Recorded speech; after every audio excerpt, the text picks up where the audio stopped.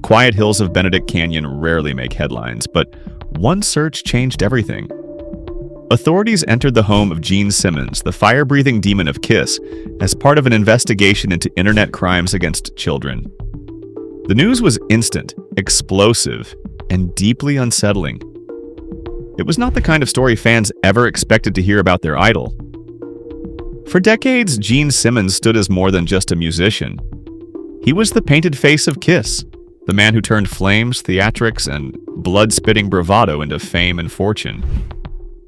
Generations of fans, proudly calling themselves the Kiss Army, followed him through the roaring chaos of arenas. But now, behind the mask and legend, new revelations have stirred questions about his empire, his family, and the choices that seem to be catching up with him. Is this a scandal? A redemption story? Or something stranger? A blurred line between myth and downfall? One truth is undeniable. The headlines are louder than the music, and the story of Gene Simmons is still unfolding. Before he became the Demon, Simmons was Chaim Witz, a boy born in Haifa, Israel. His childhood was anything but glamorous. Raised by his mother, Flora Klein, a Holocaust survivor who carried unspoken trauma, young Chaim grew up in poverty. There were nights when meals consisted of nothing more than bread and milk, and winters survived with a coat sewn from an old army blanket. Survival was not an abstract lesson in his household, it was daily life. And yet, through the shadows of hardship, ambition flickered.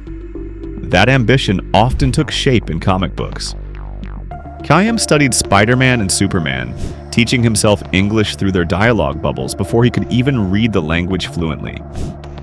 By the time he was 7, he could speak Hebrew, Hungarian, Turkish, and was piecing together English word by word. Heroes with masks showed him a path forward, that even pain could be hidden, even weakness could be transformed into power. In 1958, Flora made the decision that would change their lives. She and Chaim left Israel for Queens, New York. It was a culture shock. Toilets that flushed, TV dinners in plastic trays, and towering schools filled with strange voices. But rejection followed him here as well. His accent made him a target, his clothes made him an outsider. He responded the only way he knew how, by working harder, dreaming bigger, and refusing to be beaten down. As a teenager, he legally changed his name. Chaim Witz became Gene Simmons, a name borrowed partly from cowboy star Gene Autry. With the new identity came new purpose. He learned guitar, spent hours practicing, played in small bands, and never strayed into drugs or alcohol. His clarity was his weapon. He worked odd jobs, at butcher shops, delis, and even as a teacher in Spanish Harlem, while saving money and plotting his true career. When he met Paul Stanley, the foundations of Kiss were laid. Together they built something that was never meant to be just another rock band. Simmons forged an alter ego, the Demon, inspired by horror films and comic book villains, painted face and all. Fire-breathing, blood-spitting, towering in leather boots, Simmons created an armor that was equal parts persona and protection. He would never again be the powerless boy from Haifa. By the early 1970s, Kiss was not just a band, it was a spectacle. Each member became a character. Ace Frehley as the spaceman, Peter Criss as the Catman, Paul Stanley as the Star Child, and Simmons as the Demon. They stood out in an era when bands often blended together. Simmons saw the potential far beyond the stage. If fans could wear the faces of their heroes, Kiss could become more than a sound. It could be a brand. Merchandising exploded. By 1975, long before they had a major radio hit, Kiss was already on lunchboxes, dolls, posters, and trading cards. Parents who despised the music still ended up buying the toys because their kids demanded them. The live album, Alive. That same year became their commercial breakthrough, selling millions and capturing the chaos of their concerts. Simmons had proven his point. Music was only half the business. The other half was image and branding, and he intended to dominate both.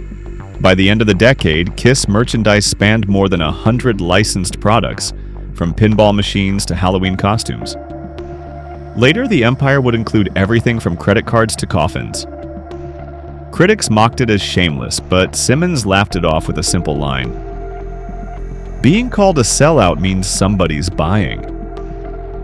The unapologetic businessman had redefined how a rock band could exist, turning it into a billion-dollar franchise. But behind the painted face was a man whose private life was more complicated. In 1983, Simmons met Shannon Tweed at the Playboy Mansion. She knew his reputation, but over the years their bond grew. He resisted marriage for nearly 3 decades, citing his parents' divorce and a deep distrust of permanence. Still, they built a family. Their son Nick was born in 1989, followed by daughter Sophie in 1992. For a long time, Simmons portrayed himself as the eternal bachelor, the untouchable rock god. That image cracked with the launch of Gene Simmons' Family Jewels on A&E in 2006. The reality show ran for 7 seasons, exposing his contradictions to millions of viewers. Fans saw him balancing stadium tours with family dinners, chasing business deals while wrestling with commitment. The show delivered dramatic moments. Shannon burning thousands of Polaroids of his past affairs, walking off a set in fury, and finally, after years of tension, Simmons proposing in 2011. Their wedding later that year became both a private redemption and a public spectacle, with Nick as best man and Sophie as maid of honor. Reality television softened his image, showing Simmons not just as the demon but as a father and flawed partner. Yet, it also revealed cracks he could no longer hide. And while the cameras eventually stopped rolling in 2012, the contradictions of Gene Simmons only grew louder. Controversy had always been part of his career, but as culture shifted, what once passed as bravado began to look like arrogance. In 2010, an ESPN makeup artist accused him of inappropriate behavior, leading to lawsuits and quiet settlements.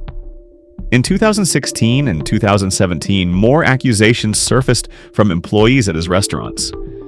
He dismissed them as misunderstandings, but the shadows lingered.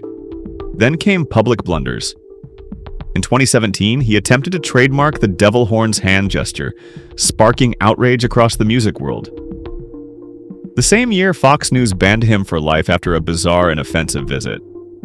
More recently, in 2024, his offhand remarks about female dancers on Dancing with the Stars went viral for all the wrong reasons. Social media dubbed him the creepy uncle of rock. Rather than apologize, he doubled down, insisting he stood by his words. In 2025, his $24.95 Ultimate Gene Simmons Experience package drew fierce criticism. Fans debated whether it was shameless profiteering or pure rock capitalism.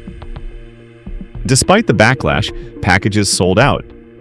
Then came another firestorm. Simmons and Kiss accepted Kennedy Center honors from Donald Trump, despite Simmons having previously compared Trump's rise to cockroaches crawling from walls. The silence that followed only fueled speculation that business now outweighed conviction. His solo career also showed cracks. Several shows were canceled in 2025 due to weak ticket sales, prompting critics to declare the beginning of the end. Yet, in July, a rare moment of vulnerability stunned fans. During a CBS Mornings interview after the death of Ozzy Osbourne, Simmons broke down in tears remembering Kiss opening for Black Sabbath in the 1970s.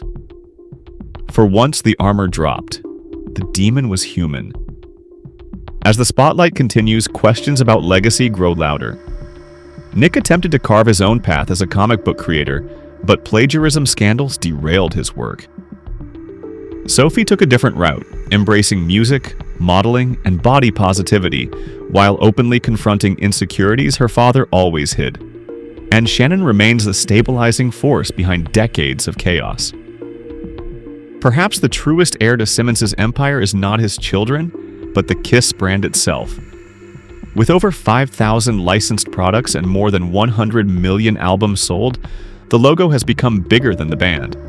Fans tattoo it onto their skin, wear it on shirts, and keep it alive across generations. Simmons once said that ideas live longer than music. His empire proves that. And yet, legacy cuts both ways. Simmons is celebrated as a marketing genius and condemned as the embodiment of excess. He is the visionary who redefined music as a business, and the cautionary tale of ego outpacing art. For every fan who sees him as untouchable, there is a critic who sees only a mask. Behind that mask, however, is still the boy from Haifa, the son of a Holocaust survivor who vowed never to feel powerless again. The man who became the demon to protect himself, yet still stumbled as a husband and father. The fire that once defined him still burns, but now the sparks reflect more than they revolutionize. So what remains when the fireworks fade? For Gene Simmons, the answer may not lie in the music, the merchandise, or the scandals. It may lie in how history chooses to remember him. As the legend who conquered with fire and blood, or the man who never let go of the mask, even when the world moved on.